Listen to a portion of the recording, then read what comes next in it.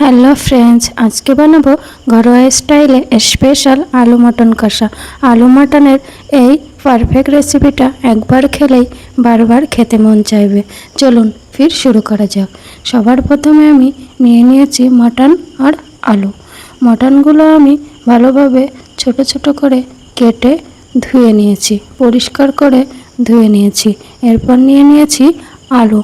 আলুগুলোকে আমি ভালোভাবে ছিলে মধ্যিখান থেকে দু টুকরা করে নিয়েছি।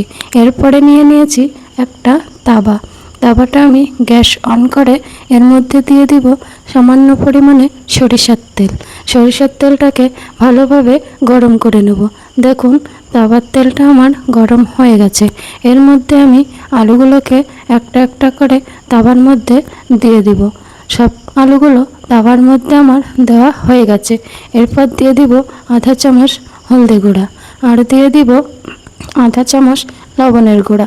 ব্যাস, এগুলোকে দিয়ে ভালোভাবে আমি নাড়াচাড়া করে ফ্রাই করে নিব।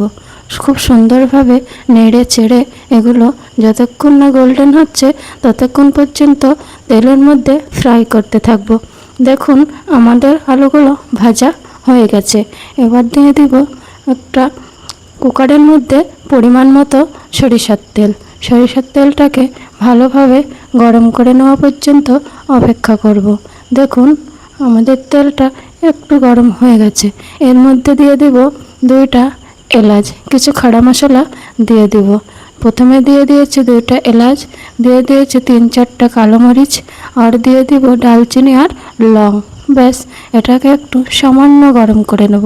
বেশ গরম হয়ে গেছে। এর মধ্যে দিয়ে দেব 3টা পেঁয়াজ কুচি। পেঁয়াজ কুচিগুলো তেলের মধ্যে ঢেলে দেব। আমরা পেঁয়াজটা একটু নাড়াচাড়া করে ফ্রাই করে নেব। ব্যাস, আমরা পেঁয়াজটিকে নাড়াচাড়া করতে থাকবো। দেখুন সামান্য একটু ফ্রাই হয়ে গেছে। এর মধ্যে দিয়ে দেব আদা রসুন বাটা। আদা রসুন বাটাগুলো পেঁয়াজের মধ্যে দিয়ে দিলাম, দিয়ে ভালোভাবে একটু নাড়াচাড়া করে নিয়েছি। দেখুন নাড়াচাড়া করে একটু ফ্রাই করে নেব। আমাদের পেঁয়াজটা সামান্য ফ্রাই হয়ে গেছে। দেখুন এবার দিয়ে দিব এর মধ্যে ধুয়ে রাখা মটনগুলো পেঁয়াজের মধ্যে দিয়ে ভালোভাবে ভাজা ভাজা করে নেব। যতক্ষণ না আমার ভাজা ভাজা হচ্ছে ততক্ষণ পর্যন্ত নাড়তেই থাকবো যেন নিচে না লেগে যায়। ব্যাস, এবার আমি দিয়ে দেব আধা চামচ হলদে গুঁড়া আর দিয়ে দিব আধা চামচ কাশ্মীরি লঙ্কার গুঁড়ো আর দিয়ে দিব আধা চামচ শুকনো লঙ্কার গুঁড়ো আর দিয়ে দিব আধা চামচ মরিচের গুঁড়া। ব্যাস, এগুলোকে দিয়ে ভালোভাবে নাড়াচাড়া করে নেব আর দিয়ে দিব পরিমাণ মতো লবণটাকে দিয়ে আমি সুন্দর করে মটনটাকে নাড়াচাড়া করে নেব। নাড়াচাড়া হয়ে গেলে এর মধ্যে আমি 1 কাপ পরিমাণ জল ঢেলে দেব। জলটা দিয়ে ভালোভাবে মটনটাকে কষিয়ে নেব।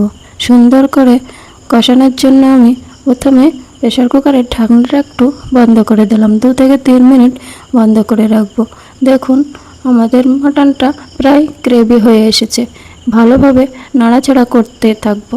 আমাদের মটনটা যতক্ষণ না পর্যন্ত তেল বার হচ্ছে ততক্ষণ পর্যন্ত কষাতেই থাকবো। দেখুন আমাদের মটনটা কি সুন্দর তেল বার হয়ে গেছে। এর মধ্যে দিয়ে দিলাম ভেজে রাখা আলুগুলোকে ভালোভাবে এর মধ্যে আমরা কষাতে থাকবো।